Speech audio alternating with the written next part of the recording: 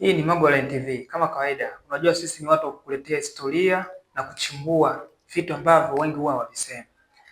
Juzi kati nilikuletea historia kidogo kuhusu vita vinavyoendelea kati ya Marekani, Israel na Iran. Sasa leo nataka tuongee kidogo. Unajua kuna mtu ukisikia anasikia Irani, hajui Irani ni nchi ya aina gani. Leo nakupa historia fupi sana kuhusu Irani. Unajua Irani ni nchi ambayo ni kizazi kile ambacho kimetoka kwenye vizazi vya vita miaka 2500 iliyopita. Na ndio maana wenyewe kwenye vita hawaogopi chochote. Sasa leo tutaongelea kidogo, mimi sitawarudisha kule nyuma enzi zile, enzi za miaka ya nyuma huko. Umeona? Sasa mimi leo nitawaleta mwaka 1980, vita iliyotokea, vita ya kukata shoka kati ya Irani na Iraki. Zinatofautiana herufi moja tu. Irani, Iraki. Sisi tumeelewana eh? Vita ambayo ilileta maafa makubwa sana, uharibifu wa kiuchumi kati ya hizo nchi mbili. Unajua chanzo kilikuwa ni nini? Chanzo kilikuwa ni tamaa ya Saddam Hussein.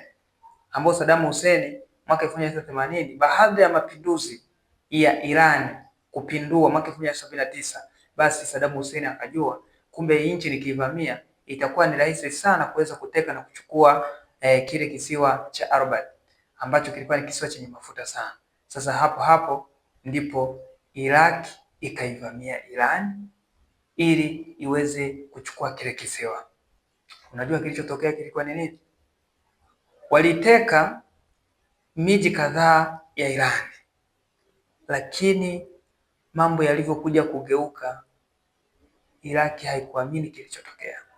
Ili wageuzea kipigo mwaka 1982 mpaka kuwatoa nje ya Iran na kuwarudisha Iraq.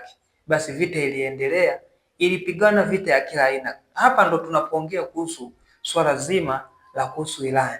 Iran haiogopi kupigana vita yoyote ile.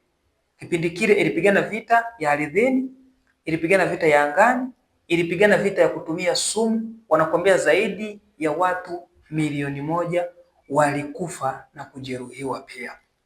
Vita ilidumu kwa miaka 8 ikiwa inapigana kati ya Iran na Iraq na kupatikana mshindi. Mpaka mwisho wa siku vita ilikuja kusuluhishwa na Umoja wa Mataifa na wote kuamua kushusha silaha na maisha yakaendelea, na hakuna aliyechukua mpaka wa mwenzake. Badala yake mipaka ilibaki vile vile kama ilivyokuwa mwanzoni wa vita. Kwa Irani ni nchi ambayo inapenda sana vita. Sana vita, yani kwake ni kitu cha kawaida sana. Sasa nitakuja kukusimulia maajabu yaliyokuwemo kwenye hiyo vita ya Irani na Iraq. Hii ni Mambo Online TV, endelea kutufollow, tutaenda kuletea update za kuhusu haya mataifa yanayoendelea katika swala zima la kivita. Asante.